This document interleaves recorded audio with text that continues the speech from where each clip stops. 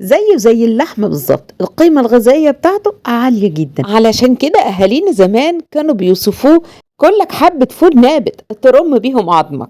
بُصّي يا ستّي، كل الحكاية هتجيبي الفول النابت وتبلّيه ليلة كاملة، وتاني يوم تاخديه تصفّيه من مَيّة النقع وتحطّيه في قماشة نضيفة وتبدئي تحطّيه في مصفى، وتحطّي طبعًا تحت المصفى ديّة بولة علشان تنزل فيها المَيّة اللي إحنا هنحطّها له كل يوم، لمدة 3 أيام هتبدئي ترُشّي عليه مَيّة. إحنا دلوقتي بنعمل عملية إنبات للفول، يعني يزرّع. بعد 3 أيام هتكشفي الفوطة ديّة وهتلاقي فعلًا إن الفول بدأ زرّع معاكِ، يعني بُصّي نبِّت كده، حلو أوي كده، كده إحنا عملية إنبات الفول نجحت معانا.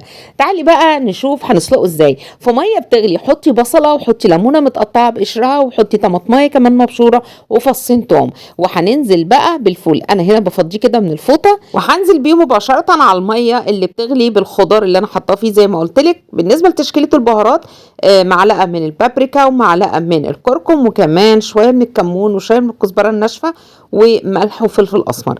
طبعًا هتغطّيه لحد الفول ده ما يدخل في السوا، مش هياخد معاكِ وقت لإن هو أصلًا طري. بُصّي بقى ممكن تكتفي لحد كده وتعصري عليه ليمون ويتاكل، أو ممكن تعملي له تقلية زي تقلية الملوخية بالضبط، فصّين توم بشوية من الكزبرة الناشفة وتقلّي لي الفول ده، وبس كده يا ستي.